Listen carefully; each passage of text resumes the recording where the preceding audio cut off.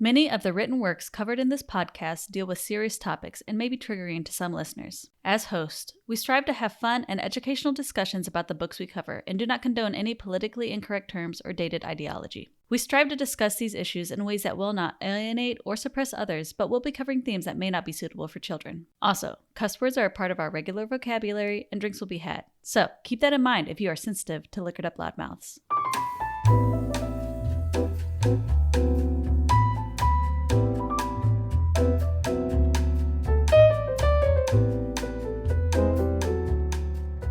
Welcome to Liquor and Literature. We are a podcast, a book club, and a happy hour. My name is Lauren. I'm Amber. And I'm Sam. That's Sam over there. She's my friend. So is Amber. We're all friends. We got a podcast together. Nice. Very that nice. Was good. That's a good one, yeah. That was way better than the crack of your owl's neck. shitty little fucking winking owl wine. Amber just Winking busted owl open wine the is really good though. Like for a $4 bottle of wine, winking owl is fucking top notch. Okay, It's an Aldi wine, yeah? it's an Aldi wine. Oh. I haven't had it, but is it all sweet wine? It's not. Do you want to sip on mine? I like the color. No, I don't, actually. Okay. Oh, fair. Do you want? Amber was I've been sick. And now suddenly my whole house has the thing that I was like, I must be doing excellent hand hygiene because nobody else has gotten this. And both of my kids got sick last night. And I was like, God damn it. Kids You are better little not germ get us factories. sick. 'Cause I Kids don't are have germ fucking time to be factories. sick. So. Yeah, Kids are I almost took that, and then in the And last then, yeah. second, I was like, no. You want me to get you? I was like gonna say something, and then it was like the no. and I'm like, maybe you shouldn't do that. Oh, God, yeah. No, I was like, Hey, we don't have kids, so we're in the Yeah. clear. The only people I know that have had this puking bug are people that have kids. So hopefully, Thankfully, Well, working... thank you for announcing to the whole world what Amber was sick with. She had the poops. it's okay. Everybody shits. everybody Everybody poops. pukes. Yeah. It was not a good time. And Hey, we're I gonna leave it at usually that. don't shit, so maybe I could use that. I don't know. You don't know. Listen, as somebody who struggles with that themselves, nuh-uh. This smells funny. Like vinegary? Yeah. Yeah, it'd be a great salad dressing. Just took a shot of wine. For a $4 bottle of wine, what are your feelings? Nah, don't like that. You don't like that? Well, remember, I've Amber had likes the dries It's too, a sweet though. red, so Yeah, it's a sweet red, and I like the sweet reds whenever I'm just drinking to drink. Now, But I it's do like not the even dry. sweet. I don't understand what's happening in my mouth because it's like not sweet, even though it's supposed to be a sweet red. So I wonder if it's like the bare minimum of sugar that constitutes a sweet wine. It's probably, yeah. Because I don't like the sweets. It smells like vinegar.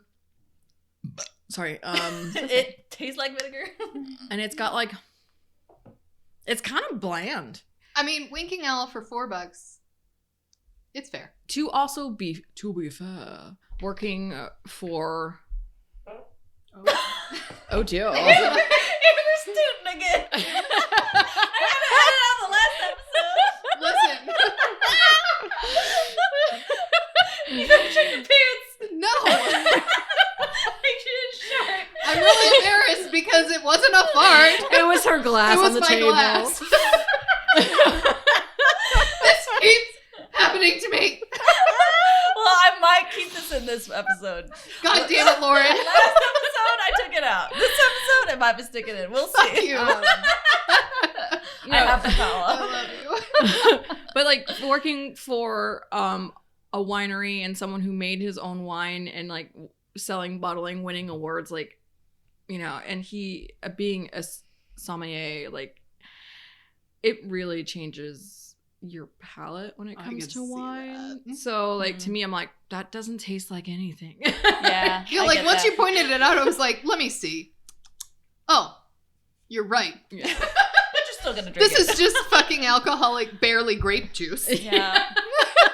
Which is fine if you like that. You know what? I would have loved this shit when I was younger and first started drinking because Oh, yeah. wine was my jam at first. Well, anyway, Yeah. we're 12 minutes in and we haven't even said what we're doing today. So let's Oh, do yeah. that. All right, yeah. So, well, you know what? This actually makes sense because this is an extrasode. So we just gave you some extra content, you know? Yeah. So extrasodes are a little different than our regular episodes. And for this extrasode, we are each picking a poet to talk about and to read some of their poems for. So since this is like not a normal episode and we just spent like 12 minutes talking about Amber's wine, let's talk about what we are drinking. Yeah, just for a funsies. Yeah, let's do it. All Because right. we didn't have a drink pairing or Yeah, food do you wanna pairing. go first? So, thanks. Yeah. Sure. Well, I forgot what I... Oh, yeah, I remember what I She's was like, I don't remember. I even forgot. Well, so I did the little cheapo route, and I just went to the liquor store and got 2 of the bomber, like, is that what you call them? The double canned See, we call them like king cans. king cans. Yeah, okay. So I got 2 of those. I got one is a Lagunitas IPA, which I'm drinking around now, and then I got an all day IPA from Founders. So those are my beverages You for love today. your IPAs, You man. do. I don't though. I just was feeling them today. You like no, You get like that's an a IPA lie. every You fucking always buy time. IPAs for your kegger. no, just like one time I had the IPA. Usually it's like not an IPA. You do an ale a lot, but it's like hoppier ales. So I don't get the sours that you like because I would never drink them. And I'm just like, and I just don't drink beer very much. Yeah. And when I do, that's it's okay. piss beer. Yeah, you know what? To That's each their where we own. all start. Like it's That's like fine. fucking Coors Light and shit. Which Which honestly I isn't like Coors necessarily always that bad. yeah, Yeah. I like Coors Light. So what are you drinking, Sam? I'm drinking a Missouri special. Mm. It's a Missouri Yeah. brewery called Logboat Brewing Company. Long back road company out of Columbia, Missouri. Yep. And it's a Berliner Weiss style ale. It's called Leia, like Princess Leia. It's LEI-A because it's like a pun also. But yeah, Logboat's just a local Missouri beer. It's pretty good. They got all sorts of different stuff. They got porters, they got sours, they got Weisses, they got IPAs, they got everything. Yeah, I've had a couple of their So. beers. I like them. Yeah. Yep. They're good. Yeah. Well, cheers, everybody. Cheers. Cheers. Beep, boop, boop. What you got in your kegerator? Ooh, what do I have in my kegerator? Because I might have to have some later, I think it is. depending on what it is. It is from Big Piney. I like them. And what is? Oh, it's the Flow Trip Ale. Okay. Yep, that's what I got in the Is it big or little? Little? Piney River. That's what it is. That's what it I is. can't remember. Yeah. Yeah, so I got a kegerator, folks, and right now I got a Piney River Float Trip Ale in it. Shout out to Piney River. They're great. I love them. They're awesome. They do have So. really good beers. Yes. They're also a Missouri brewery. Yeah. So if you can get their beers, you should definitely try them because they're delicious. Yeah, I don't know how far they distribute, but I would be shocked if they distributed outside of Missouri, actually. Yeah, because they're they're fairly kind of a small. smaller. Yeah. Yep. Let's continue on. Yes, who wants to go first with their poet? Whoever. I guess I'll go first. Sam's like, it's me. We were just like awkward, like, I don't want to go Anybody. first. I was about to be like, let's pick a number. Pick a number, take a name. And then I was like, Sam, fuck you're it. first. So I chose Nikita Gill. And she's a relatively new poet, but I've known about her for a while now. And she has a pretty popular Instagram. Actually, she's like one of the most popular poets on their platform. She has 780,000 plus followers. Dang. So like I had found her via Pinterest and had like pinned a bunch of shit she had wrote because I was like, oh, I feel it in my bones. And start following her on Instagram and stuff. She has 8 different books that she's written. Busybody. Written. That was terrible English. Written. So she is actually Irish Indian descent and a Kashmiri Sikh. She was born in Belfast, Ireland. So that's where she gets her Irish heritage, but she is also, I know her father was at least Indian. So she has like dual citizenship in both countries. But she moved to New Delhi in India when she was 6, and she was there for quite a long time. She got her master's degree from the University for the Creative Arts in New Delhi, and then she worked as a carer for a long time before she immigrated to the south of England. And she currently works as a writer, playwright, and illustrator. I also saw that she did design work, like creative design, so maybe she's like cool. a graphic designer or something. She doesn't have a freaking website, so I couldn't Bummer. really get a lot of information about her. But Sounds like she's really talented, though. She's got a lot of different things going on. Yeah, no, and she's beautiful. Not that matters about her work, but she's just like gorgeous. Mm-hmm. So the 8 different works that she has are just different volumes of her poetry, and they're called Your Soul is a River, Wild Embers, Poems of Rebellion, Fire, and Beauty, Fierce Fairy Tales and Other Stories to Stir Your Soul, Great Goddesses, Life Lessons from Myths and Monsters, Your Heart is the Sea, which is the book I have, The Girl and the Goddess, Where Hope Comes From, Poems of Resilience, Healing, and Light. These Are the Words, Fearless Verse, Find Your Voice. So she's a feminist writer who is inspired by Sylvia Plath, Nice. Maya Angelou, and Robert Frost. Cool. Yeah. All 3 big staples. Yep. Mm-hmm. We're going to be talking about one of those today. Ew. Yeah. So I'm going to read a couple of her poems. Generally, most of them are pretty short. Some of them are a little bit longer.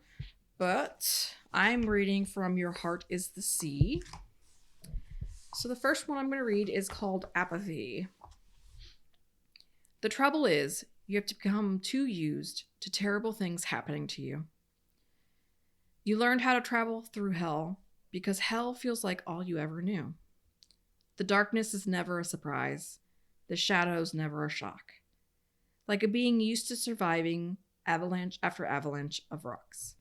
You carry your pain like you expect it, and it is no secret. The bad things, they keep happening, and you simply sigh and say, I'm used to it.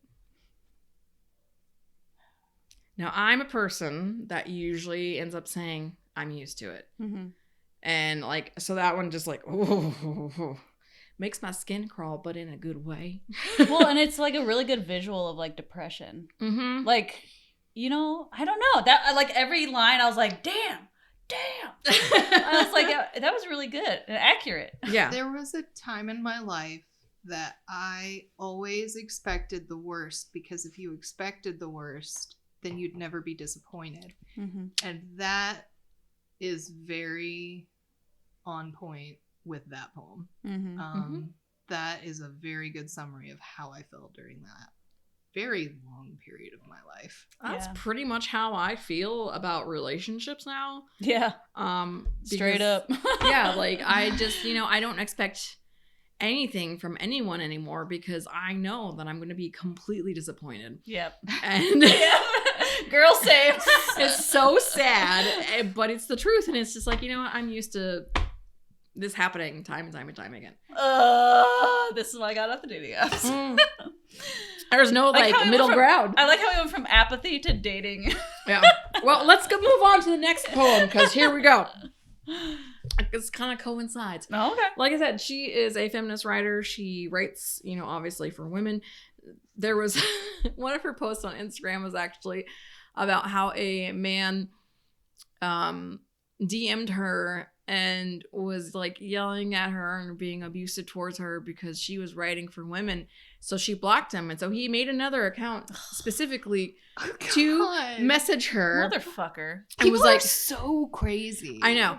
And was like, why did you block me? Blah, blah, blah. And she's like, because I literally don't have to deal with this. And I'm never not going to write for women. Like, I'm not writing for you. And he's like, I know you're not writing for men. Blah, blah, blah, blah, blah. And he was so upset that she was writing for women because it was making men look bad. Well, fucking do better. Yeah, exactly. Yeah. It goes back to our last episode. It's like, yes, there are good men out there, but statistically, no, they're fucked up. And not saying that women can't do the bad shit too, because they obviously do. Everybody of all genders can be bad. Yes, I've heard of many stories of women doing some crazy ass shit. But also I get why women will want to hear and read poems from other women because they have the same stories and they have the same... They can see themselves within the lines. It's an experience that women have the experience of being women that men don't have, and men have the experience of being men that women don't have. But it's not their experience. They're not going to understand our take of things because we're We live separate lives. And you can't be mad about it. Yeah, they don't get fucking heckled every time they walk down a street. They don't cross the street to get away from somebody that they're like, they don't have to fear weirdo. women every single day of their lives. No, men don't have that experience. No, not from women anyway. No. Anyway. Not unless they're like crazy Rant. stalkers and shit, but you know. My little angry fucking rant. So the next poem I have is called On Hurt. Deciding how hurt someone is allowed to be with your behavior toward them is the emotional equivalent of 1. Drowning someone and deciding how loud they are allowed to scream. 2. Setting someone on fire and deciding how much of a mess their ashes are allowed to make. 3. Stabbing someone and deciding how much they are allowed to bleed. You do not get to destroy someone and decide how ruined they are allowed to feel. Damn. I like that one a lot too. Dude, I fucking love that poem. That's so I- good. I really love this. I'm telling you, she's fucking great. It resonates. Yeah. And like that's one really cool thing about poetry too, is like sometimes it's like most minimal of words. Like there's not that many words in that, Mm-hmm. but they're also powerful. It's just precise. yeah. And it's just like, God, everything is like a little pinprick to your heart. And you're like, I can recognize that. Mm-hmm. Shall we move on? A couple more? Yeah. All right. Let's do this. This one's called The Acceptance, and it's actually a beginning of a chapter of her book. I suppose I love my scars because they have stayed with me longer than most people have. Oh, wow. This one's called A Forest Story. There's an entire forest full of the most incredible flowers, plants, and trees inside of you. And you are ignoring all of it to nurture a single tree that they planted inside your heart and abandoned. The people who left you this way don't deserve to become your favorite stories to tell. You are a massive forest full of beautiful and vibrant stories, and every single one of them deserves you more than those that abandoned you to hell. Ooh. I need to buy some of her books. Oh my God, they're I really so like good. her. They're so good. Like I don't even know what to say. Like they're just so good. Like she says it all. Yeah, and they're so simple. Yeah. They're so But just not concise, at the same time. But yeah, they're Yeah. so deep, and you're like, and some of them are just like ridiculous. I have a couple more on my phone that I will read to, but this one. Is everyone ready? I am ready. I don't have any more booze, so I don't know about this. I've drank 2 beers and I'm out right now, so I'm just reading these. We'll take a pee break and a Ooh. beer break after you're done. It's called The Way Damaged People Love, which already you're like, fuck me, right? Mm-hmm. Damaged people love you like a crime scene. Before a crime has even been committed. They keep their running shoes by their soles every night. One eye open in case things change whilst they sleep. Their backs are always tense as though waiting to fight a sudden storm that might engulf them. Because damaged people have already seen hell. And damaged people understand that every evil demon that exists down there was once a kind angel before it fell. Dang. Huh. That one really resonates with me. Yeah. Because people fucking suck. Well, and the part where she's like tensed back, like I have to physically make myself not be tense when I have to go to sleep. Because I'm just like, Mm-hmm. Whenever you've been in the thick of it and you've seen the shit, you get really fucking tense. But yeah, and I'm very even now, like I usually wake up at this faintest sound, not as bad as I used to, but whenever there was a noise in the house, I was the first person awake. Yeah. So well, and always have the anticipation of like, I gotta leave. Like the poem was saying, like, I got my tennis shoes ready if I need to get out of this I situation. had a bag packed whenever I was with my ex. I had a bag packed and ready, and it was my go bag. Like if I needed it, I unpacked it one time and I needed it the fucking next day. Yeah. I know, like, for me, with relationships, I'm always, like, constantly, like, trying, like, oh, God, stopping and starting, like, is it time for me to run away? Like, which is not a good thing, and I know it's something I need to work on, but, like... It's hard to trust when you can't trust. I feel like everyone always eventually shows that part of them that it's like, I'm not here to put up with that, and I don't have to. Well, yeah. And it's a survival instinct too. Yeah. It's like, I have seen the other side of things. I don't want this to happen again to me, so I'm just gonna leave before it gets to that point. Yep. So like eventually it does like sabotage yourself for like when things are good and you're like, I don't know what's going on because I don't understand why this is good and it's scaring me, and then you want to run away and then you fuck it up. You know, I've done that too. And it's like Emotions. Emotional She really damage speaks to us. Yeah. I feel like. And to other women. So this one's called Gunpowder, and it's actually a little part of another poem that's called Gunpowder and something else, but I just had the little excerpt because I liked it the most. And it says, I have gunpowder in my chest instead of a heart now, and it escapes my lips shaped like a bullet with your name on it. Soft people become dangerous when you destroy the things they hold dearest. So that's a little segment from a different, like a longer poem? Yeah, it's like a poem within itself, but then she wrote a longer poem, and these are like the last two verses of that poem. Oh, gotcha. So it's like a poem within a poem. Oh. So then the last two things that I have, one is called Queens 2.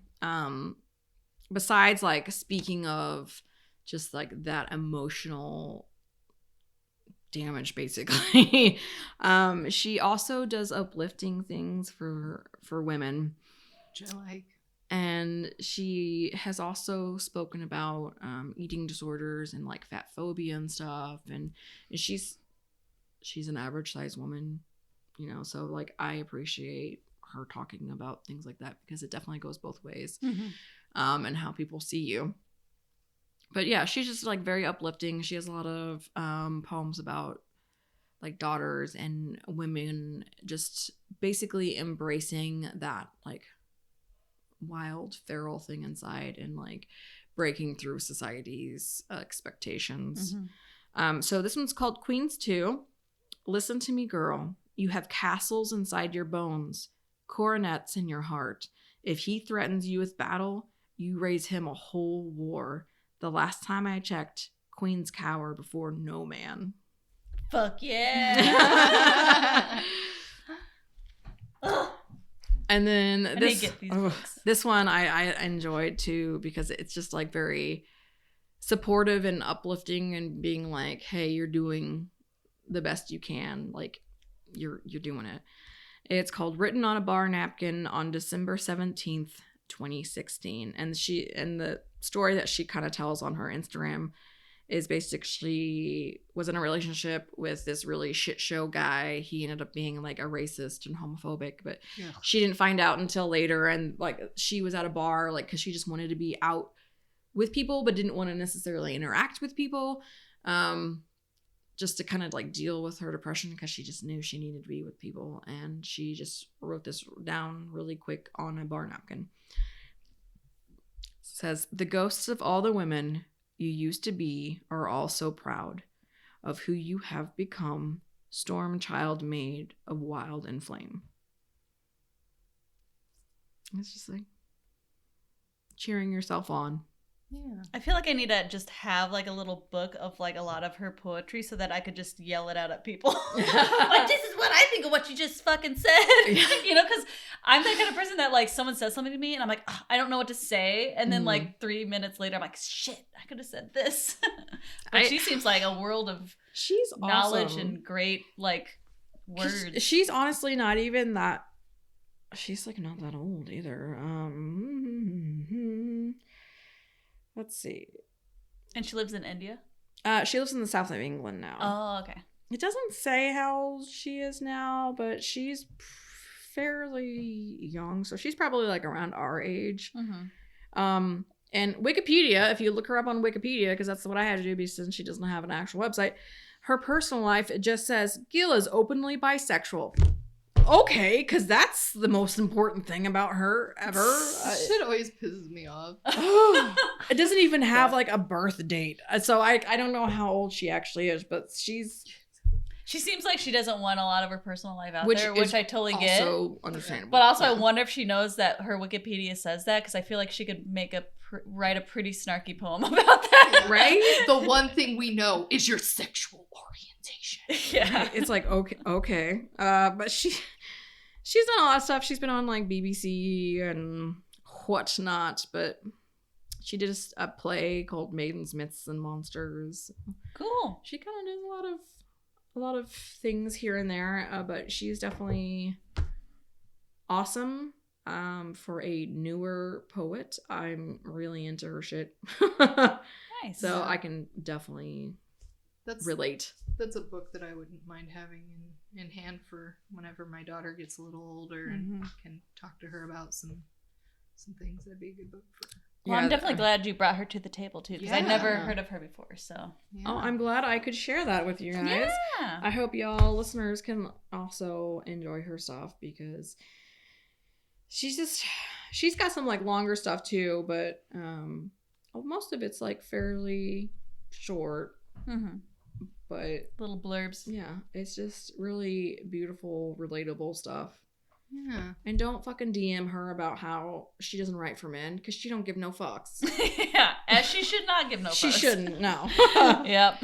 She's doing what she wants to do. Exactly. All right, let's take a little break, and then we'll get back with more poetry. Yeah.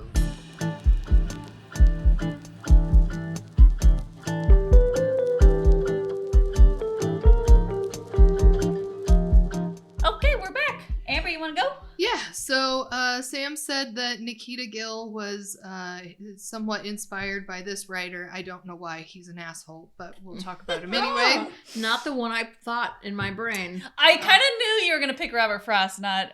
There's a reason I picked Robert Frost, and it's because he's an asshole. But also because I like that the poem that I chose can be read two ways, and I'm going to talk about it in a minute. Oh, yeah, he's definitely a poet that I have known of, because I think we had to read a bunch of his stuff in school and whatnot. But I don't know that much about him, so yeah, go ahead, girl. Well, I'm not going to talk too much about him, because you can read his fucking sung praises all over the goddamned internet. But what you can't read is the real deal dark shadow bullshit that his life actually was, and I'm going to talk about that a little bit, but not. Ooh. Yeah, Dark so shadows? yeah, you know, Dark Shadows. not like the TV not show. a Johnny Depp I reference. know, it was like the TV show. No, not Barnabas like the Collins. Vampires. Anyway, Robert Lee Frost Oh dear. was named after the Confederate general. That's what I thought. Yep. He was born. It's okay. He was born in 1874 in California, 9 years after the end of the Civil War. So 9 years after the end of it, they were still like, yeah, this guy. They're still like that today. They're I also know. like, the South's gonna rise again. Go fuck off. I know. It's bullshit. Your currency couldn't even fucking We'll talk like, about work. that Okay? next podcast too. Don't worry about Jesus. it. Yeah. Anyway, so his father was an unsuccessful politician and a severe and humorless man. He suffered bouts of depression and was often violent. So they also had frequent moves. So he didn't have like a great education. It was like real patchy because he was moving all over the place. But at the age of 11, his father died of tuberculosis. And No one was sad. I mean, Maybe. he actually, I guess Maybe. Robert tried to like offer him some comfort in those final days, which like, aw, sweet little 11-year-old, but also just wait. Yeah. So by that time the family moved to New England. They were living with his grandparents, and he was attending school regularly, and he fell in love with a fellow pupil, Eleanor White, whom he was eventually to marry. There was like a thing that I read about how Eleanor basically had initially turned him down and then spent most of the rest of her life thinking, yeah, I was probably right the fucking first time. Yeah, hindsight's 20/20, But he isn't just it? forced himself. He didn't say no. Yep. That's how men do. So he attended college at Dartmouth and Harvard, but he left to farm and learned to make shoes and to write. Okay. I'm real confused, but okay. Yeah, a humble life. He wanted to be an outdoorsman, I guess. So his first 2 books of poetry were published during a visit to England with his family from 1912 to 1915.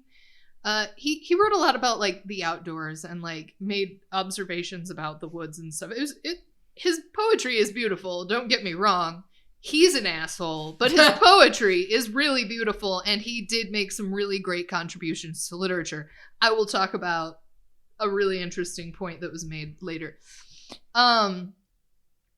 So while he was in England, he became a close friend of the poet Edward Thomas. The Road Not Taken, which is like, we all, have read this probably at some point in time, was published in 1916. It's partly teasing the comment on the difficulty Thomas had in making difficult decisions about the direction of his life, and also kind of Frost's. He says, "I have been pulled 2 ways and torn into all of my life." And that's what he said in a letter written about the same time. Eleanor died in 1938, and Frost fell in love with a married woman. There's a poem called The Silken Tint, and describes a delicate tension between this woman's bondage and freedom as she is pulled away loosely by her husband in marriage or tightly by Frost in love. Robert Frost died in 1963. Now, wait. You forgot to say. Oh, no, I didn't forget. No. I have to change stuff. His brother was Jack. Jack Frost. Oh, jeez. Fuck off, Lauren. I had to pull out an Amber joke. I love you. I was waiting for it. I fucking love you. She waited the whole time. All right. So, I read this really interesting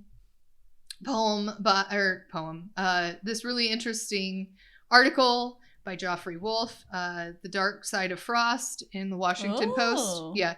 So I like that title. Yeah. The Dark Side of Frost. Yes. So I'm just going to kind of give you, I'm basically going to read you the 3 things that I was most interested in that article. It's a really cool article. Read it if you have time, but it's a really long article, so I didn't read all of it. I skimmed it and kept the things that I liked most to talk about today. So all Joffrey Wolfe's words, not mine. He was utterly disregarded as a poet until he was 40. His wife Eleanor married him. Oh, this is the thing. His wife Eleanor married him with extreme reluctance and never satisfied herself that she hadn't been right the first time when she said no. Poor Eleanor. Yeah. Wow. Oh, what was regrets. not going on in her life that she fucking was like, fine. Of some bad 6 shit. children, Oof. only 2 survived him. 2 died as infants, another in childbirth, and another by suicide. Oof. 1 daughter fell mad and was pent up. The other, Leslie, told her father that he never should have married. What? Okay. Because, there's always that list of what you could be fucking put into an asylum for as a woman. Why was she mad? Do we know? I don't know. But I'm going to go out on a limb and say that her childhood probably wasn't the fucking greatest. Probably not. That's what I'm going to go with. Fair. Also, kind of keep in mind for the next poem that we read that 2 of his children died as infants. That's going to come into play when I read my poem. Or his poem, rather. Her harshness toward Frost should be put in the context of an impoverished and tormented childhood, one of whose principal features was terror. Once when... Oh, yeah, that's why. Okay, this is probably why she went mad. Again, because I was like, I know there's a reason I think this. Okay. Once, when she was a child, Frost roused her late at night from her sick bed and summoned her to the kitchen of their New England farmhouse. There she found her mother and, on the kitchen table, a revolver. She was asked to decide which parent she preferred that her father shoot. What the fuck? That's not exactly something that you fucking asked your child. There's a lot of things that. Wait, how old was she? It didn't say. It doesn't matter how old. It was in her child. It doesn't matter how old she was. Yeah, it really Christ. doesn't. No. Yeah. Fuck you, Frost. Yeah, What a fucking psychopath. Again, he was a fucking asshole. Yep. Frost could be treacherous, especially to friends, and there are many stories in this final volume that confirm the ugliness of the two previous portraits. The book begins with Eleanor's death in 1938 and Frost's near-nervous collapse because she never forgave him his trespasses. At once, he attempts to break apart the marriage of two friends who have taken him in to console him. A few pages later, he creates a humiliating disturbance at Breadloaf during a poetry reading by Archibald MacLeish. And this provokes Frost's longtime friends, Bernard DeVoto, to remark, "You're a good poet, Robert, but you're a bad man." Fuck yeah. That's true. Writing in Newsweek about the previous volume in Thompson's biography, I concluded that this is like the reason that I wanted to, like, this quote is why I kept this.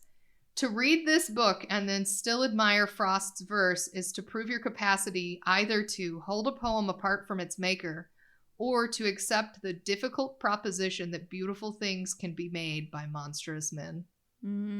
That's why I kept this. Also, those are Joffrey Wolf's words again. Like, I want to read that whole article. Yeah, it was a really interesting article. I really liked it. But yeah, I'm not gonna sit and like fucking tout on how great Robert Frost was. He sounds like a real fucking piece of work. If you want to hear all of his amazing accomplishments, go online because I'll tell you there are articles and articles and articles about how wonderful he wrote and all of the fucking accolades he achieved and wonderful things. I want to talk about the dark shit today, okay? As we often do. Yes, because I'd rather draw your attention to something that's not easily found. I knew about this because of a college class that I took in college. A college class that I took in college. I knew this because of an English class that I took in college. This is the same reason that I know about this poem. But I wanted to point out what a dick he was. Okay, so this poem is titled Home Burial, and the reason that I chose it is it can be read in two different tones.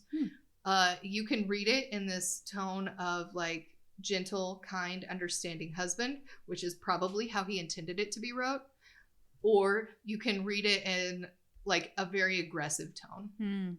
I'm going to read it in the kind tone today. But I want you to imagine this being read in an aggressive tone as well, because that's the cool thing. Like, it's very dual in this way. Yeah. He saw her from the bottom of the stairs before she saw him. She was starting down, looking back over her shoulder at some fear. She took a doubtful step and then undid it to raise herself and look again. He spoke, advancing toward her. "What is it you see from up there always? For I want to know." She turned and sank upon her skirts at that, and her face changed from terrified to dull. He said to gain time, "What is it you see?" Mounting until she cowered under him. "I will find out now. You must tell me, dear." She, in her place, refused him any help with the least stiffening of her neck in silence. She let him look, sure that he wouldn't see. Blind creature. And a while he didn't see. But at last he murmured, "Oh," and then again, "Oh." What is it? What?" she said. "Just that I see." "You don't," she challenged. "Tell me what it is." "The wonder is I didn't see it once. I never noticed it from here before. I must be wanted to it. That's the reason. The little graveyard where my people are. So small the window frames the whole of it. Not much larger than a bedroom, is it? There are 3 stones of slate and 1 of marble, broad-shouldered little slabs there in the sunlight on the side hill. We haven't to mind those. But I understand. It is not the stones, but the child's mound." Don't, she cried. She withdrew, shrinking from beneath his arm that rested on the banister, and slid downstairs, and turned on him with such a daunting look. He said twice over before he knew himself, "Can't a man speak of his own child he's lost?" "Not you! Oh, where's my hat? I don't need it. I must get out of here. I must get air. I don't know rightly whether any man can." "Amy, don't go to someone else this time. Listen to me. I won't come down the stairs." He sat and fixed his chin between his fists. "There's something I should like to ask you, dear. You don't know how to ask it. Help me then. Her fingers moved the latch for all reply. My words are nearly always an offense. I don't know how to speak of anything so as to please you, but I might be taught, I should suppose. I can't say I see how. A man must partly give up being a man with women folk. We could have some arrangement by which I'd bind myself to keep hands off anything special you're a mind to name. Though I don't like such things twixt those that love. Two that don't love can't live together without them, but two that do can't live together with them. She moved the latch a little. Don't go. Don't carry it to someone else this time. Tell me if it's about something human. Let me into your grief. I'm not so much unlike other folks as your standing there apart would make me out. Give me my chance. I do think, though, that you overdo it a little. What was it brought you up to think it the thing to take your mother loss of a first child so inconsolably in the face of love? You'd think his memory might be satisfied. There you go sneering now. I'm not. You make me angry. I'll come down to you. God, what a woman. And it's come to this. A man can't speak of his own child that's dead. You can't because you don't know how to speak. If you had any feelings that you dug with your own hand, how could you? His little grave, I saw you from that very window there, making the gravel leap and leap in air, leap up like that, and land so lightly, and roll back down the mound beside the hole. I thought, who is that man? I didn't know you. And I crept down the stair and up the stairs to look again, and still your spade kept lifting. Then you came in. I heard your rumbling voice out in the kitchen, and I don't know why, but I went in to see with my own eyes. You could sit there with the stains on your shoes of the fresh earth from your own baby's grave and talk about your everyday concerns. You had stood the spade up against the wall outside there in the entry, for I saw it. I shall laugh the worst laugh I ever laughed. I'm cursed. God, if I don't believe I'm cursed. I can repeat the very words you were saying. 3 foggy mornings and 1 rainy day will rot the best birch fence a man can build. Think of it. Talk like that at such a time. What had how long it takes a birch to rot to do with what was in the darkened parlor? You couldn't care. The nearest friends can go with anyone to death. Come so far short. They might as well not try to go at all. No, from the time when one is sick to death, one is alone, and he dies more alone. Friends make pretense of following to the grave, but before one is in it, their minds are turned and making the best of their way back to life and the living people and the things they understand. But the world's evil. I won't have grief, so if I can change it, oh, I won't. There, you've said it all and you feel better. You won't go now. You're crying. Close the door. The heart's gone out of it. Why keep it up? Amy, there's someone coming down the road. You. Oh, you think all the talk is all. I must go. Somewhere out of this house. How can I make you? If you do. She was opening the door wider. Where do you mean to go? First tell me that. I'll follow you and bring you back by force. I will. And that's it. So, imagine that. In a darker, more aggressive tone. Yeah. I feel like it's a little bit aggressive even in a kind tone. Oh, yeah, I think so. I definitely I was thinking even if I didn't know his backstory, it still doesn't sound nice. Thought it was aggressive. Yeah, it doesn't and sound... how he wasn't realizing she is mourning her child's death in she's a way grieving. that he doesn't understand, and he's not comforting her in the way that he should. It's almost like he saw it as another task during the day to go out there, bury their kids, and then come back. Yeah. There's no empathy or anything. No. Yeah. And he would never understand. And I mean, I've never bore a child, so I don't either. But I can imagine that he would never understand the struggle it would be to actually grow a child and the everyday feelings that you have to deal with. Amber, you can obviously speak of that, and he obviously has no idea. So I think that there's a lot of differences even in today's society than there were at that time. I mean, that's the early 1800s, and unfortunately or early 1900s, excuse me, but the death of a child was pretty common at that time. Mm-hmm. Men did not dote on their wives the same way that men do now. And I mean, not that men all dote on their wives, but they at least participate a lot of times in the pregnancy in some way, shape, or form. That wasn't something that was done at that time. You know, women went into the parlor to like have the baby as quietly as they fucking possibly could. Which, God forbid, they cry and scream. So as not to disturb the entire household, you better be like fucking polite as you're giving birth to a child. And yeah, and ladylike. And so there probably wasn't as much connection between the father and child at that time as there is even today, in society's standards. Now, even in today's standards, though, I would go so far as to say and argue that women probably have a stronger connection, especially to a newborn, because they've carried that child the whole time. And it's not that I don't think that the father would be sad. I'm sure that it would still be a great loss for the father. Maybe not as much in the early 1900s as it would be today. Mm-hmm. So we just weren't as active. Right. As men are expected to be today. But I think that connection of we've planned, we've prepped, we've had this child growing, we've fed this child by eating, and, you know, we're sustaining their life with our body.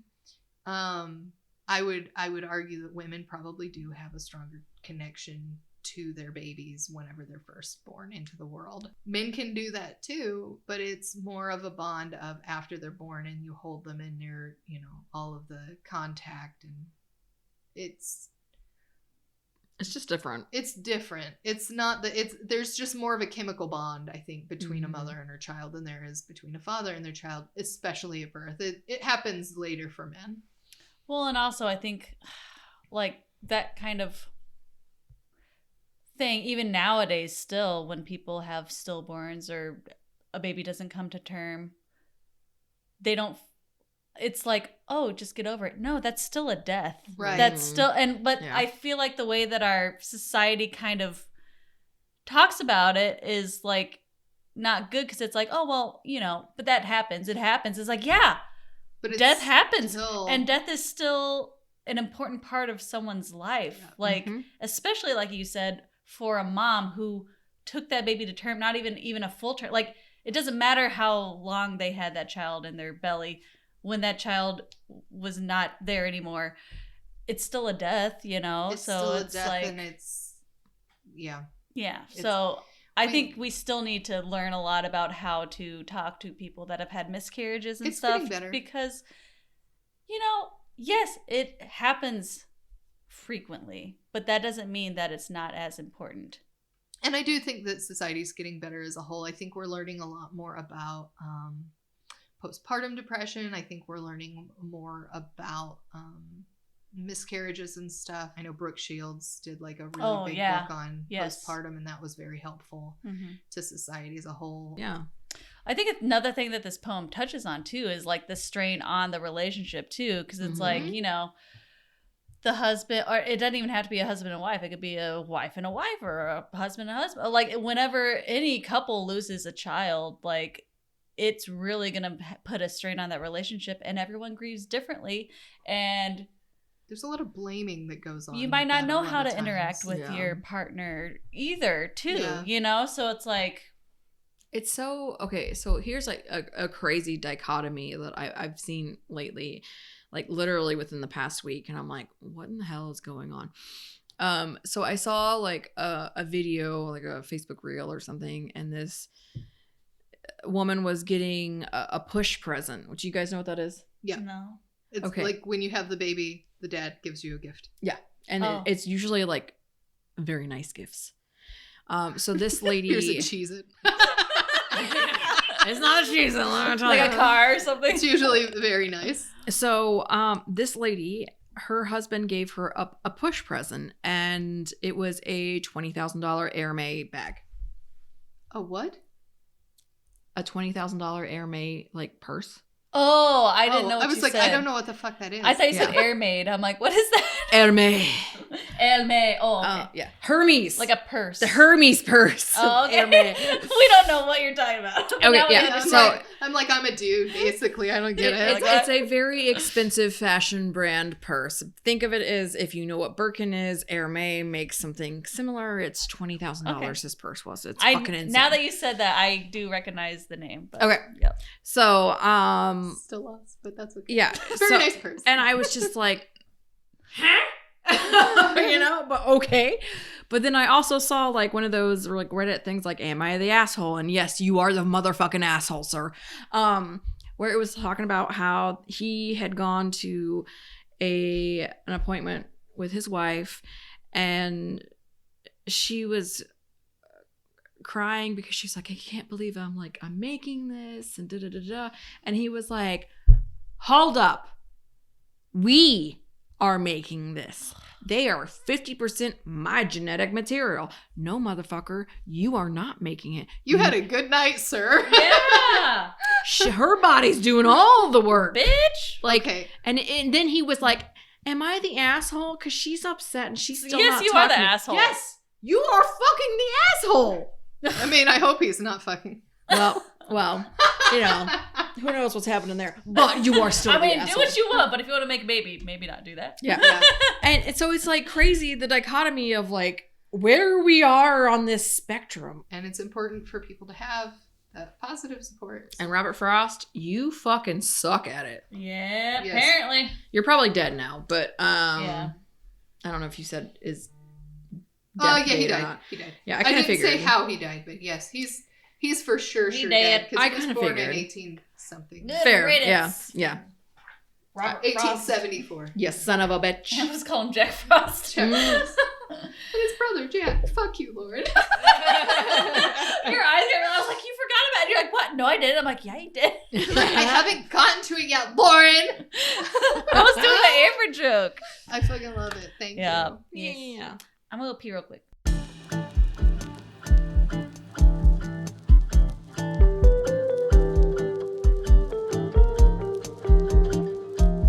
Y'all ready?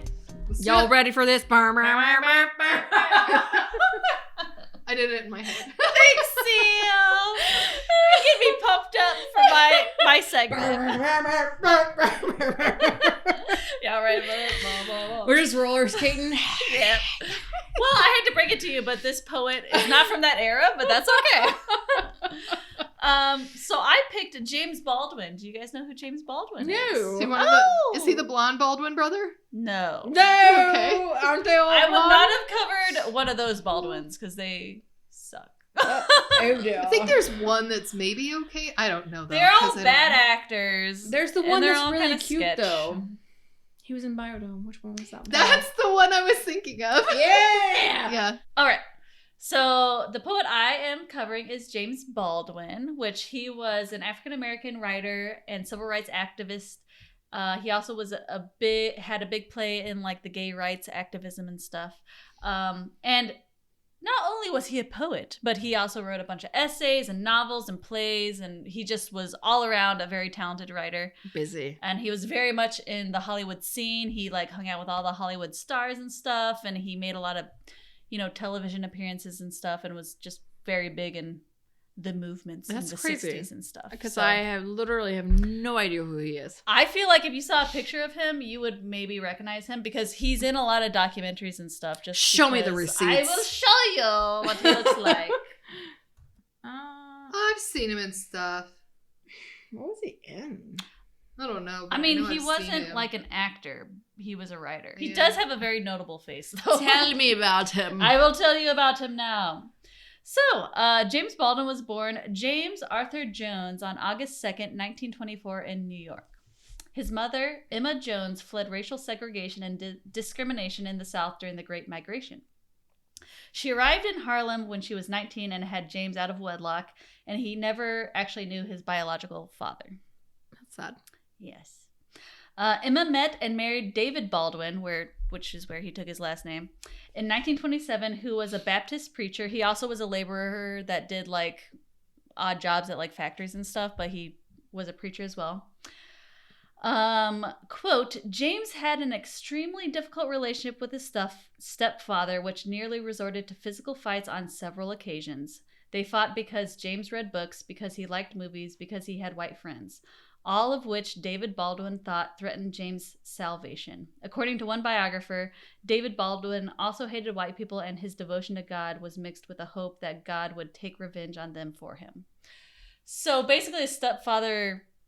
I'm confused by did that. not like white people, and he was very pissed off that James had friends that were white, and he was just a very angry person. I have thoughts. Yes.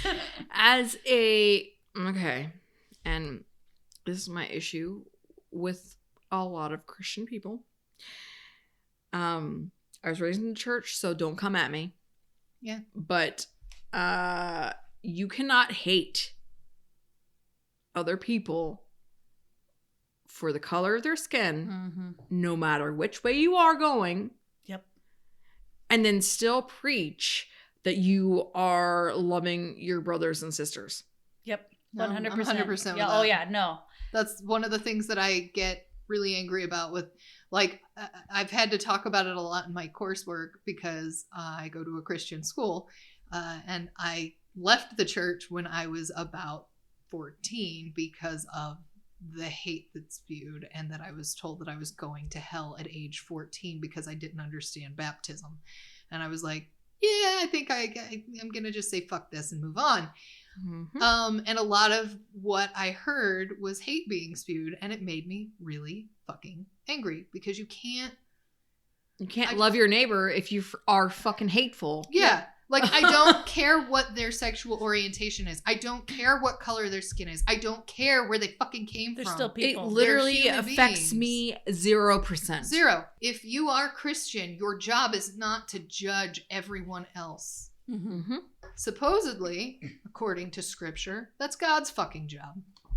Well, that's also why I kind of wanted to touch on his stepfather, because he definitely was not we'll get more into detail on it, but he was not the godly. Was a very hateful man. And there was also a part where they were talking about how he was very much older than James's mom, and he might have actually been born before the emancipation. So I think he might have even been a slave. So that might have to deal with why he has all this hatred, which I get. Yeah. But also, yeah. But like, also, he was that's hating not the on his teachings of son. God. If Yes. you actually Yeah. read the Bible and all that shit, it's all about forgiveness and Yep. accepting your neighbors for who they are. Yeah. And being a good person. Yep. So, quote, as David's anger and hatred eventually tainted his sermons, he was less in demand as a preacher. So there you go. Like, people were starting to pick up on, like, oh, this guy Is a little too extreme. Yeah. David grew paranoid near the end of his life and was committed to a mental asylum. And in 1943, he died of tuberculosis on July 29th. Wow. So I just wanted to touch a little bit on his stepfather, just because that was the only father that he knew. And he had a very weird relationship with him because he was just, from what I've read, Not kind of great. violent and hateful and everything.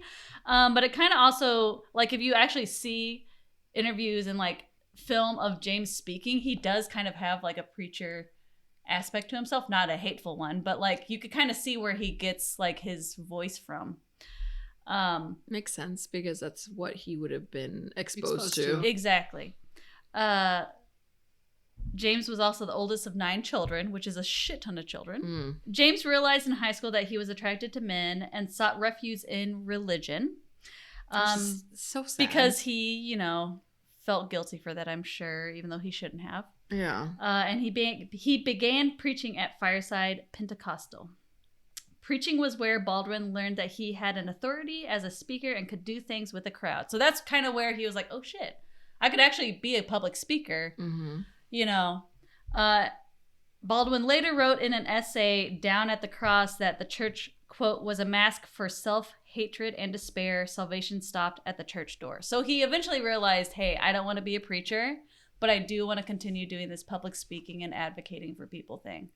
So I'm glad it helped him out, but he realized, you know what, this is not my avenue. I am not going to go the religious route. I'm going to go the civil rights and the gay liberation route. Which is great because they needed it. Exactly. And I should have said this at the beginning, but I'm just doing cliff notes of his biography because it was pages and pages and pages and pages. So if you want to learn more, there are so many articles out there. But this is just kind of like the little cliff notes that I kind of put together. He started to explore his sexuality and had several relationships with both men and women. He eventually moved to France and lived in Paris for 9 years before returning to the U.S. and taking part in the civil rights and gay liberation movement. Baldwin's fiction posed fundamental personal questions and dilemmas amid complex social and psychological pressures. Themes of masculinity, sexuality, race, and class intertwined to create intricate narratives that influenced both the civil rights and the gay liberation movement. So a lot of his writings, the main characters were Black men that were gay, and kind of how they were dealing with everyday life and everything like that. Which is already a very small, like, segregated community. Yes. Yep. Baldwin's first novel was Go Tell It on the Mountain, which was published in 1953. Other notable works are Notes of a Native Song and Giovanni's Room. So he started writing a bunch of novels, and he gained a lot of popularity through that. And then his 1974 novel, If Beale Street Could Talk, was adapted into a 2018 film, which I actually want to see. It actually got a lot of I think it's like an indie film, but it got a lot of awards, so I kind of want to check that out. His unfinished manuscript, Remember This House, was adapted into a 2016 documentary called I Am Not Your Negro, which won the BAFTA Award for Best Documentary. I actually remember that film. I watched that film, yeah. I haven't watched it, but I remember it coming out and, like, winning awards and stuff. Yeah, I actually watched it on a flight. I don't know where I was going, but I was like, oh yeah, I need to watch this. And I was like floored. It was so good.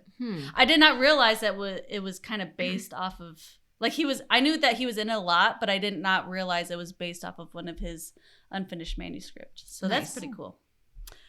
I don't know if it's streaming anywhere, but I'm sure you could buy it on Amazon or something for pretty cheap. I'm sure you can probably find it somewhere. It was pretty popular at the time, yeah. It was really good. I would definitely watch it again. I should watch it. It's very good.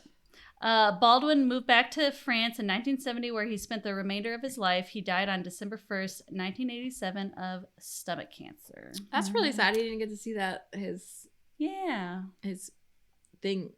What was it? The manuscript was actually put into a movie. Well, it was unfinished. He didn't even write the rest of the manuscript. Yeah. So, and like I said, there's way more to talk about him, but I, was like, I can't. That's a whole thing. So you're like, I was this like, could I'm just take gonna do cliff notes. But one of the books that a lot of his poems are in is called Jimmy's Blues. I just kind of really like the way that he writes, because with poems, and like we were talking before we were recording, you kind of have to read poems you kind of have to say them out loud when you're reading them because of the way that, like, they're written. Yeah. And I feel like it makes it more in depth. I don't know. It just hits you harder, I guess. Yeah. And I feel like his poems are very much like that, where it's like the breaks are not how you normally would break a sentence kind of thing. So I'm going to do my best to read them that way, but I'm not great at reading poems. So you'll be fine. All right. So the first one is called The Giver. Oh, and a lot of his titles are like a title and then it says parentheses for this person. So they're kind of like very specific to certain people, and I think certain points of his life and stuff like that. The Giver, parentheses, for Berdice. If the hope of giving is to love the living, the giver risks madness in the act of giving. Some such lesson I seemed to see in the faces that surrounded me. Needy and blind, unhopeful, unlifted, what gift would give them the gift to be gifted? The giver is no less adrift than those who are clamoring for the gift. If they cannot claim it, if it is not there, if their empty fingers beat the empty air, and the giver goes down on his knees in prayer, knows that all of his giving has been for naught, and that nothing was ever what he thought, and turns in his guilty bed to stare at the starving multitudes standing there, and rises from bed to curse at heaven, he must yet understand that to whom much is given, much will be taken, and justly so. I cannot tell how much I owe. Okay. Story time. Yes. So, my friend, we lived together for many, many, many years. One of his, actually, his last girlfriend that he had when I lived there, she would get really upset when I gave him presents for his birthday, for Christmas, whatever. And it was mostly because I would give him gifts he would really appreciate. Mm-hmm. And it basically boiled down to the fact that I listened to him. And I would give him things that he would love because he would appreciate that the fact that I listened to him. So it was things that I knew he would like. And for whatever reason, this poem really reminds me of that, like the whole like gifting and giving and da da da da da. And it makes me think of that a lot. And it's just like, basically it just boiled down to like listening to the person you're with. And people will tell you what they like, they love, what's important to them, etc. if you listen to them. And I feel like with this poem, it's kind of saying that. I got something totally different out of it. Okay. Yeah, okay. I want to know both because then I will tell you what I got out of it because it's a complex poem. I had to read this several times before I actually like. That's why I was like, I need to listen to it. Yeah.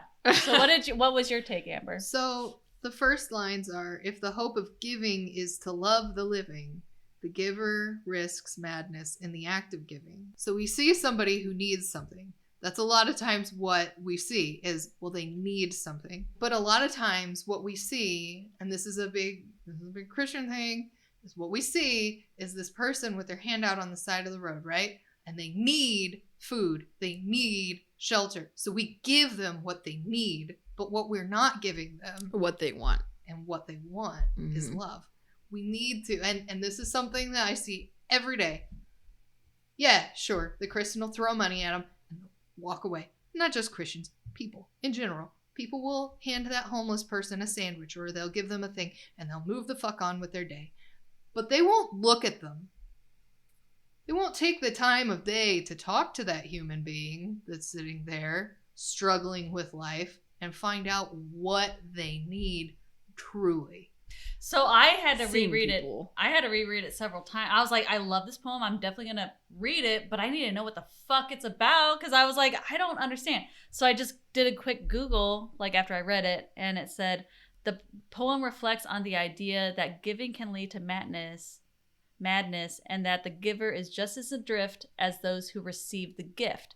So thinking about that and then the context of James Baldwin's family, he's probably reflecting on like what he saw his stepfather doing as a preacher, being like, okay, you're preaching all this stuff, but what are you doing this for? Yeah. And then also like the religious aspect, but also like humanistic even aspect. People that are giving in a good way, we're still fucked up just as much as the person that we're giving stuff to. So it's kind of like a revolving door of like, we're giving because we want to help the people that we see that are hurt, but we are also hurt at the same time. Yeah, it's like we're giving because we know what it's like to hurt. Exactly. So it took me a while to like really, but that's the beauty about poetry and other arts is like we could all get our own point of view from it. Yeah. You know, he might have had his own point of view writing from like a preacher's son, and then we're getting a different point of view. So that's what's really cool. And I just love the way that he writes because it's just, I had to reread his poems like several times because I'm like, what is this saying? I don't know. All right. So that's the first one. The next one is called Munich, Winter 1973, parentheses, 4YS. I don't know who YS is. That's just the Who knows? A lover? I don't know. I kind of like that he specifically writes poems for certain people. Yeah, it's kind of like It's poetry, kinda but it's cool. also kind of like a journal. Yeah, Like, you know or what I like a mean? letter. Like, Yeah. it's very intimate, but also public at the same time. Yes. Yeah.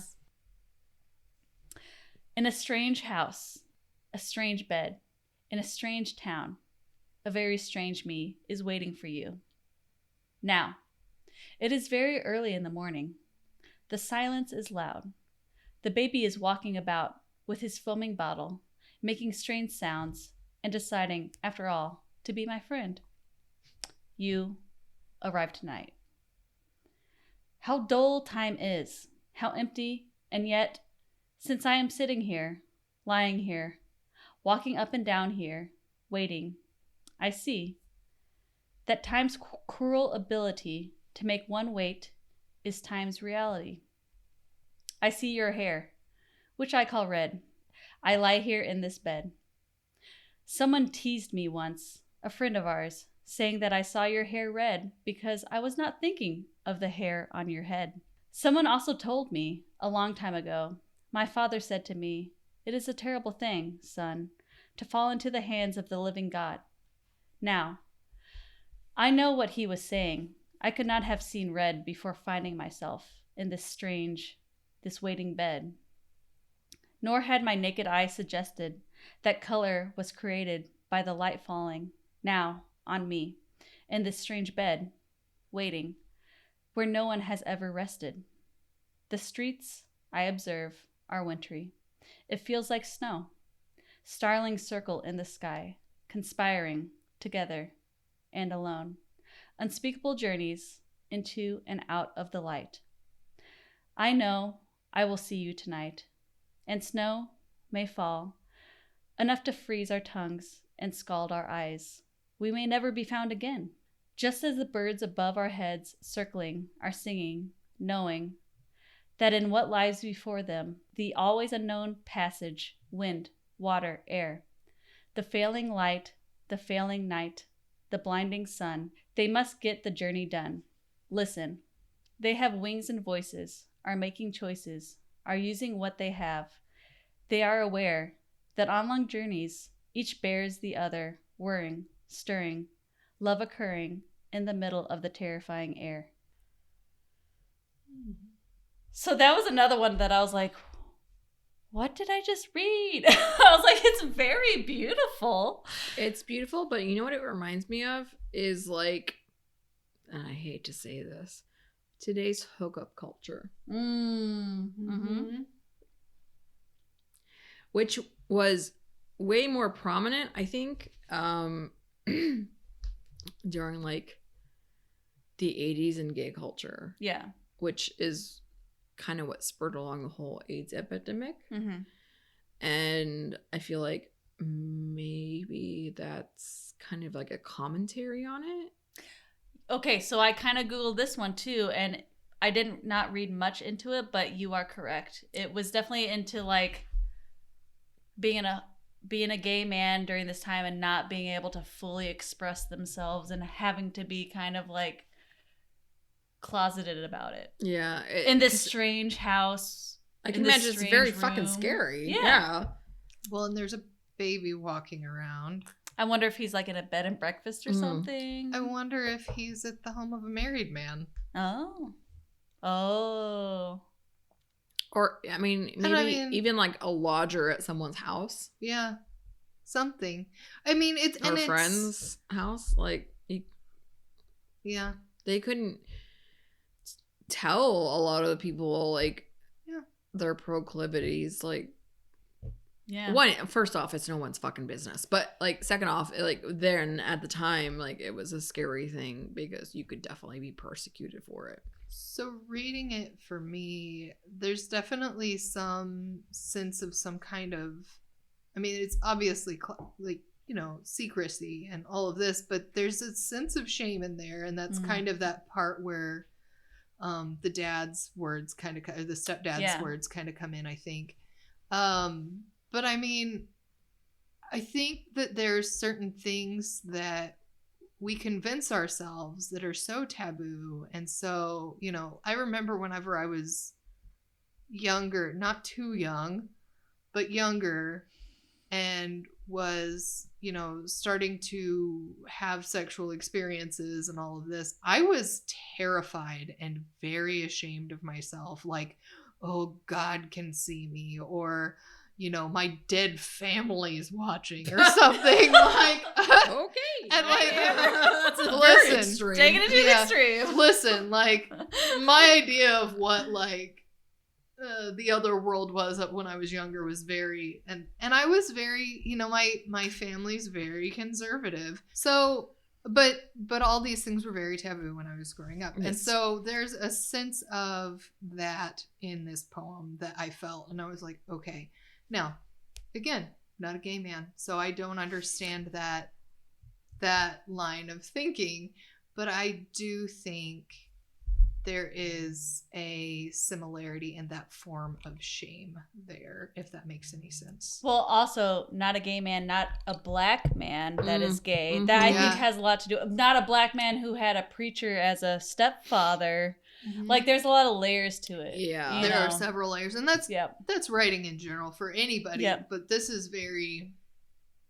It's even more specific. I would say it's Mhm. kind of an extreme. Yeah, because it's definitely not, even today, it seems like being a black person that is also gay is kind of like very frowned upon still. That is what I have picked up on from people I have talked to in the Yeah. community And Latino community. Yeah. It's like very It's- frowned upon, which is sad. Yeah, and then having a religious figure as a parental figure, like, Mhm. whew, Yeah. it's a lot to work through. And I guess let's clarify further, like, within that culture. Yeah. Right? Yes. Yeah. Mhm. Yeah. This one is called Le Sporting Club de Monte Carlo, parentheses for Lena Horne. Do you guys know who Lena Horne is? That name sounds real familiar. Same. She is an actress Okay. and an activist. Look at her. She's beautiful. Look at her. Hell yeah, she is. She's real Mhm. pretty. So Lena Horne, she's biracial. She's an American singer, actress, and dancer, and also was a civil rights activist. So that's probably how she met, James Yes. Baldwin. So apparently, I don't know if I've seen any of her movies, but I definitely know of her, and I've definitely listened to some podcasts about her. But she looks like a fucking badass. So definitely check some of her movies and things out if you want. She is gorgeous. Yeah, she very much is. And she, like, oh my god, that picture that you showed us. She's Yes. she stands up very straight, and she. Oh, God dang, she's got some shoulders. she's She's like, gorgeous. Let's "Fuck look at some you." more. Let's look. Oh, look at that. Look at that. Statuesque. Oh, Mhm. she's pretty. That's why I know who she is. She's a singer, and I've listened to her music, and I like her music. All right, so this is Le Sporting Club de Monte Carlo for Lena Horne. The lady is a tramp. That's a Okay. song she sang, by the way. Yeah. That's why. That's cute Sorry. though. It's like, have you ever heard, that song? You know that song? All I right. always thought it was a man singing it though. Well, I think it had a lot of covers. It's got lots of Okay, good so then singing. I've obviously heard the man covers. Yes. We should Mm. listen to her cover. Or Yeah. her original Her version. original, yeah. It's probably way I better. don't know if she did the original. Well, her version. Yeah. She Her- sang. her I don't know if sound. it's like her. Anyway, All right. continue. Sorry. Stop Sorry. interrupting me, Amber. I'm sorry. Okay. Okay. The lady is a tramp, a camp, a lamp. The lady is a sight, a mite, a light. The lady devastated, an alley or two, reverberated through the valley, which leads to me and you. The lady is the apple of God's eye. He's cool enough about it, but he tends to strut a little when she passes by. The lady is a wonder, daughter of the thunder, smashing cages, legislating rages, with the voice of ages singing us through. Bam! Bam! It's short but sweet. All right. I feel like the way it begins does not end the same. Yeah. Well, I also feel like it started off as like being kind of detrimental, and then it turned out to be like, oh, she's actually a force to be reckoned with. Yeah. That's how I feel about And it. he does that a lot with his poems, I feel like. It starts off one way and then it ends a different way, I feel like. Like, definitely with the first one we read, I felt like it was kind of like that, and this one was kind of like that too. But isn't that like the human condition where we get the first impression and we judge people on that first impression, and then we eventually get to know someone and we're like, oh, it's not actually at all what I thought you were. Mm-hmm. Mm-hmm. I feel like his poetry addressed both of those things. Yeah. For her. Yeah. Mm-hmm. Not necessarily bad, but like, hey, this is what she's looked like and what people treat her like. And then you're like, oh, she's actually kind of a pretty cool, awesome person. And also, like I said, fucking impressive that he could do that in such little amount of words. Yes. All right. This one's called Paradise. Let this be my summertime of azure sky and rolling sea and smiling clouds and wind-kissed laughter and just myself entranced with thee and children playing in the glory of a carefree, youthful day and sunshine shining from the heavens and tears and sighing fled away. Let this be my happiness midst the earth's swift flowing woe. Let this be my only solace, just to know you love me so. Just to know that we'll go winging far above this earthly climb, hand in hand through laughing meadows. Let this be my summertime. That's so cute. That one like warmed my heart. It's just so carefree and just like I'm drunk and I want to cry because it's so cute. I was like, oh, I know. I'm sorry, that was me. I was like holding my drink and Lauren's like rubbing my arm and I'm spilling my drink all over myself because she's rubbing my arm. I don't know. It's just such a carefree, nice poem. It is and nice. I don't know. I just really liked that one. I was reading it again because I like.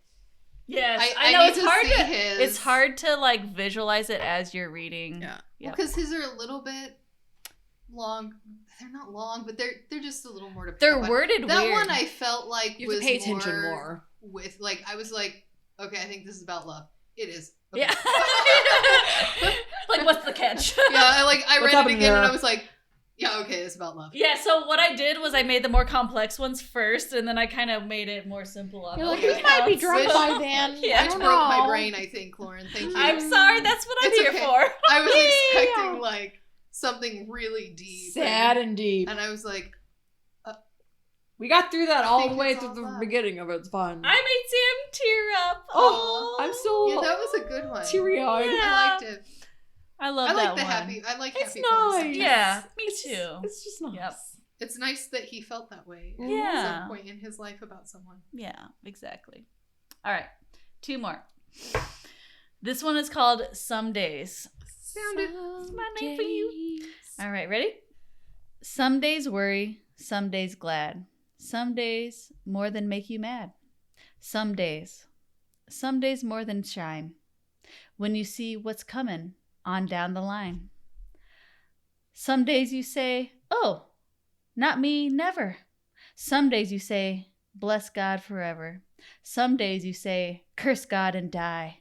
And the day comes when you wrestle with that lie. Some days tussle, then some days groan. And some days don't even leave a bone. Some days you hassle, all alone. I don't know, sister, what I'm saying. Nor do no man, if he don't be praying. I know that love is the only answer, and the tightrope lover the only dancer. When the lover come off the rope today, the net which holds him is how we pray. And not to gods unknown, but to each other. The falling mortal is our brother. Some days leave, some days grieve. Some days you almost don't believe. Some days believe you, some days don't. Some days believe you, and you won't. Some days worry, some days mad. Some days more than make you glad. Some days, more than shine. Witnesses coming on down the line. So again, I kind of feel like he kind of twists things. Like he starts off one way and then he twists it and then he's like, oh shit. His like weird twists Yeah. of like secular life to like religious life. And I appreciate that because it makes you, I guess, like, multi-dimensional as a person. Well, viewing different perspectives and Yes. stuff, yeah. But okay, so that's I have one more. It's very, very short. Amber, you're gonna like this one. All right. It's called imagination. You ready? Imagination creates the situation, and then the situation creates imagination. It may, of course, be the other way around. Columbus was discovered by what he found. I thought that was cute. It's cute, but fuck Columbus. Well, yeah, fuck Columbus, but I thought that That's was what cute. he said, though, didn't he? Didn't he basically just say "fuck Columbus"? He's like, oh, your imagination. He like stumbled upon it. Yeah. It's like, oh, we're in the West Indies. Bullshit. What's that one called? Imagination. Here, I can read it again if you want me to. It's definitely not the West Indies, you motherfucker. I do need to see it just because that's how my brain works. Yeah, he's kind of saying "fuck you." To He was Columbus, only I think. known for what he quote unquote found. He stumbled upon it though. Yeah, Look, exactly. I found this continent with all these people on it. That already live here and have been living here for fucking thousands of years. I found it. Fuck you. Oh. Yeah, no, yeah. Mine. I put a flag on it. Fuck you. It's true. Yeah. Fuck you, Isabella. So I thought that was a cute little poem Sorry. to end with because It was a cute little poem to end with, and it tickled me greatly. Thank you. It really adds to what we're saying, where he flips things. Like he said Yeah. one thing, and then he flipped it and said it a different way. I'm like, fuck you, that's awesome. Like I don't know, like the way of his writing. I need to buy some of his. He definitely Books, has an because- interesting way of writing to where it's like, oh, you see it this way? Well, fuck you, it's this way. Yeah. Yeah. So But that yeah, that's- double points for him for Mhm. saying Yeah. "fuck you" to I like Columbus, that. I like 'cause, him. you That's know. fun. So that's James Baldwin, and this is our first extrasode of poetry. There will be more. Oh yes, there's so many poets out there. They're so Yes. delightful and delicious. And I like doing this because it gives us a little bit different of a thing to do, and we all get to read some poems. And it's also fun because we get to choose different things. yes, Yeah, we kind of get to interpret things and discuss. I don't know. It's kind of fun to discuss. And like, I don't know. Maybe it would be fun if our listeners maybe pitched in on what they give us a had. comment on what you think any should of these do. poets Yeah. that we read their poetry meant to you. Oh yeah. Check yeah. out the Liquor and Literature Facebook page and Yeah, leave check us comments out there. on social media, Liquor Literature Podcast on Facebook and Instagram. I know we also have Spotify an you can email. actually give a comment now too as well. Huh? Spotify allows Oh. you to comment as well. Ooh, I did very not know nice. that. Thank you for That's nice. Mm-hmm. Yeah, we are definitely on Spotify and all. Well, you know that because you're listening to us. We also have an email, liquorliteraturepodcast@gmail.com. Give us feedback. We'd any love kind to of hear from you. recommendations, whatever, even if it's negative, we don't care.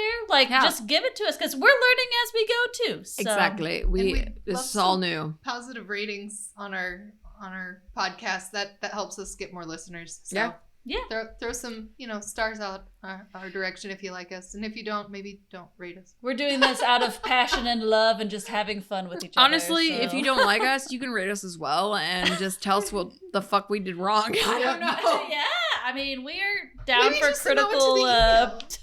Unless you're Email. a Maybe don't fucking rate stalker man dude that's gonna like be like, why don't you talk about men more? Well, fuck you. Because we're women and we're not going to do that. Yeah. Okay.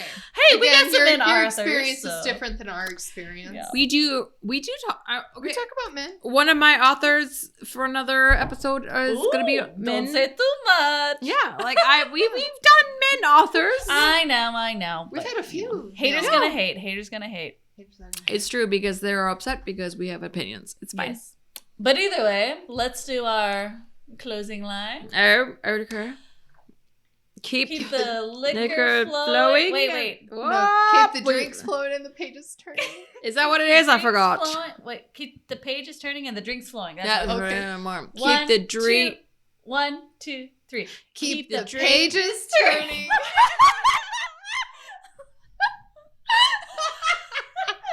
The page is turning and the drinks flowing. Pages You got it? turning, drinks flowing. Yeah, Okay. We right. got this. 1, 2, 3. Keep the pages pages turning. Sam, did you do it again? Yeah.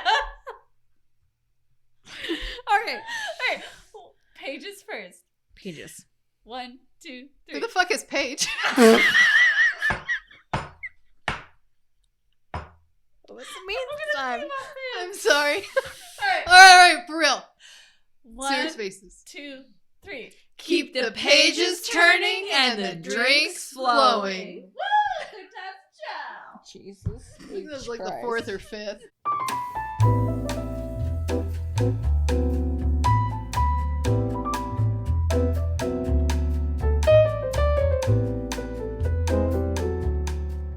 Audio engineering, logo creation, and social media content was produced by Lauren Ranney with Ranney Film and Video. Stock music tracks have been provided by Motion Array and Adobe Stock. Find us on Facebook and Instagram at Liquor&Literature Podcast, where you can dive into more details about the books, authors, and movies we cover. You can find all of our episodes at liquorliteraturepodcast.podbean.com. Until next time, keep the pages turning and the drinks flowing.